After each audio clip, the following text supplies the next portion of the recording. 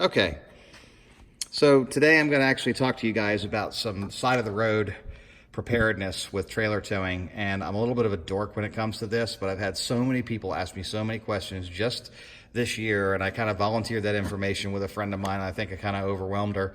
So, this is just a video to go through some of what I do to prevent an on-the-road incident from becoming a all-day problem or abandon the boat or whatever trailer I have problem, because that's not good. If you have accessories in your boat, they're as good as gone if you have to abandon them on the side of the road overnight or something like that, mostly because of a lack of parts. So I'm going to start over here at the left, and this is actually boat specific, so I keep in a spare impeller for the boat. I have an inboard engine. It's an Inmar, and it has a Jabsco pump on the front. And so I keep this just in case I have a failure. I replace this every 5 years. No ifs, ands, or buts about it. All rubber parts get replaced every 5 years or sooner. But even though this thing is new in the box, it's still decaying. It's still exposed to ozone in the air. It's not exposed to UV, obviously, and it doesn't have any stress on it. But it's just a good thing, because if I was to just replace this and leave it, it might fail prematurely, and then I'm into that failure cycle constantly, like I've described before with the not using the right seals on my brakes. And we'll get to the seals in a minute. So yeah, spare impeller, that's a lifesaver. That will end your week at the lake pretty quickly. A word of caution, if you do have one fail, don't take the cover off with the boat in the water, because the freshwater intake is under pressure with the displacement of the boat, and you will never get the front of it back on, and you will sink your boat. Because that's a 1.5 inch pipe usually that goes into that, and there is no way to overcome that with those little screws and trying to force it with your hand. The hydraulic pressure is just entirely too much. So take the boat out of the water if you're going to have to replace this if you notice you have a failure, as well as take the hose off from this pump to usually the transmission cooler, because that's where all this stuff lives. The transmission cooler has a filter in it. It's just a big particulate filter to keep sticks and anything that's really big. If you ingested it and it got through the pump and didn't ruin this impeller, the parts of the impeller will end up underneath that, so you want to drain that out. So and clean that thing out. So otherwise you just have a restriction there, and that stuff could backfeed back into the pump. So there you go, a little bit on why I keep an impeller. So let's just get back to the trailer itself. This grease, and by the way, all this stuff is sealed from the factory, and once I use it, if I ever have to use it on the side of the road, it becomes either a throwaway or I give it to somebody to use, because this stuff stinks and it sits in my car all the time, right? As a matter of fact, all this stuff sits in this bag right here that I got from Home Depot on some rigid tool that I broke and don't use it anymore. So, so there we go. Block of wood, really important. Block of wood to drive your seals into the hub, or to drive bearing races, or whatever. You need something soft, obviously a hammer to do the driving with. That hammer has been tried and true, genuine hickory, and he's helped a lot of people on the side of the road over the years. So this is probably the number one thing, is a set of seals. And I carry a set of seals. I replace these every 5 years. And these seals are really weird looking, because those of you guys who know cars probably are saying, well, those aren't car seals, and they're not. These are actually submersible boat specific seals. These are for the Trailer Buddy hub.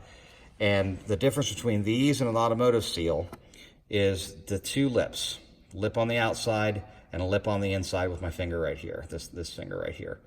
They're also very thick. That gives it a lot of surface area to grab onto. And the reason why is because, as I've described in another video, Trailer Buddy, or Buddy bearings as they're called, use positive pressure, both spring-loaded positive pressure with the grease and hydraulic properties of grease, as well as when the boat gets dunked into the water, the bra pushes on that spring as well and increases the pressure to keep water out and the grease in.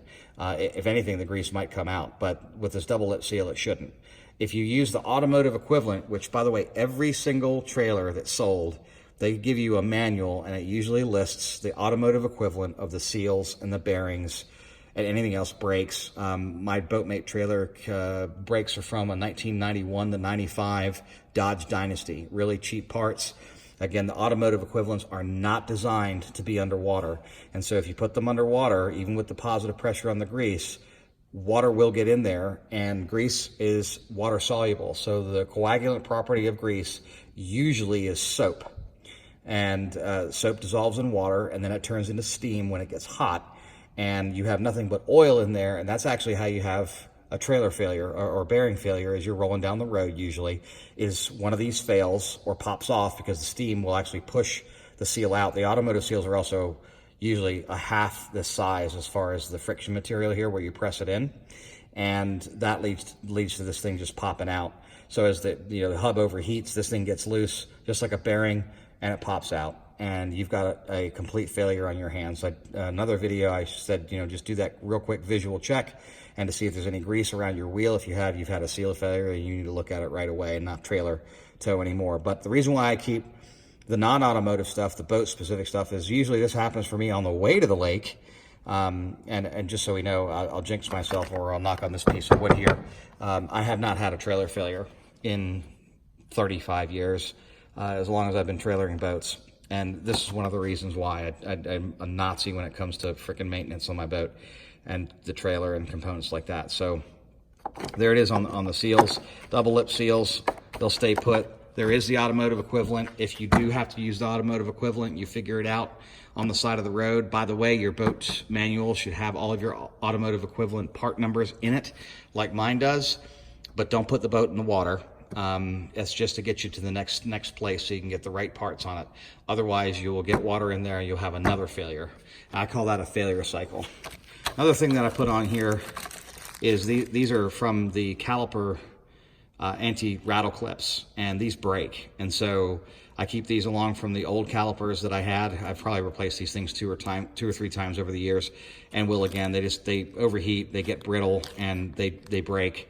It's a spring, and so the thing will start to rattle, and the pads will actually bind and start to overheat. So on that particular model of brake, so I keep a spare set of these just in case, and it's pretty distinctive. Again, I went through the genuine hickory hammer. Set of Allen keys that's specific to my boat because I have some Allen stuff on the brake calipers themselves. A pair of side cutters, otherwise known as dikes, and these are for removing the cotter key. I do keep 2 cotter keys for the bearings, along with the grease and everything. A breaker bar with 2 sockets, so there's a nice 1/2-inch breaker bar with a 13/16 socket for the lug nuts, and then a 1 1/16 socket for the main nut on the spindle for the axle, in case I have to pull an axle out to replace a seal or something like that, and hopefully not a bearing. I do keep a set of spare bearings as well. They're not in this bag right now. I've actually got them in an automotive parts bag.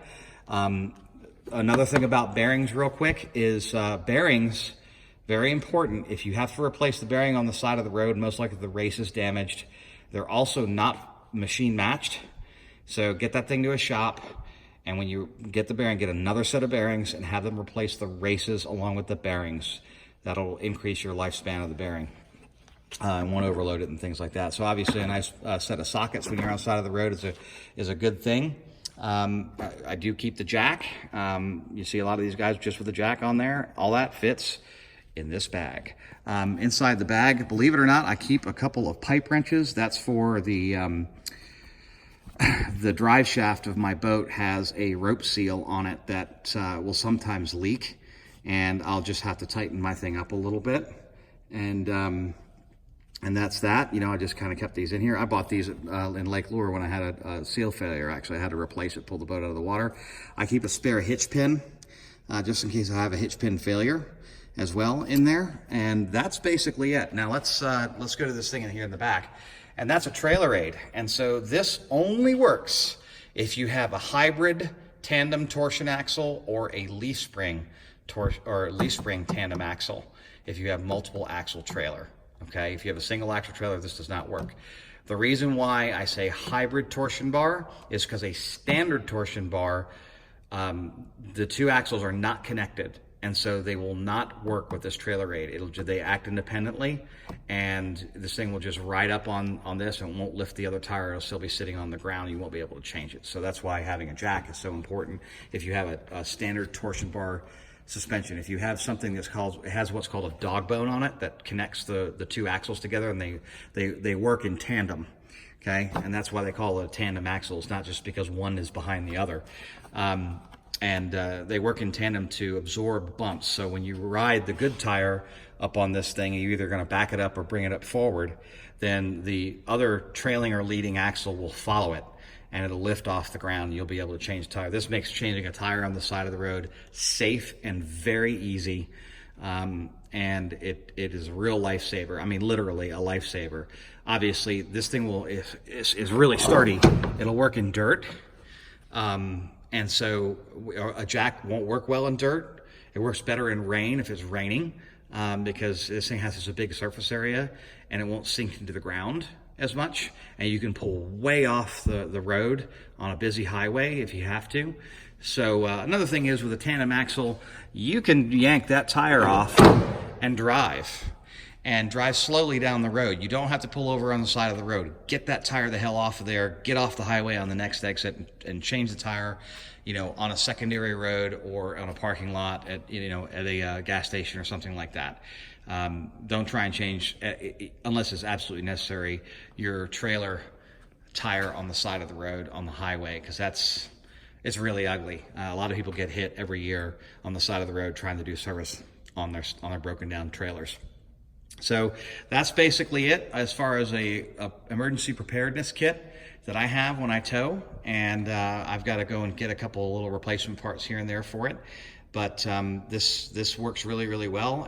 I've actually used it, but I've used it for other people, not necessarily myself.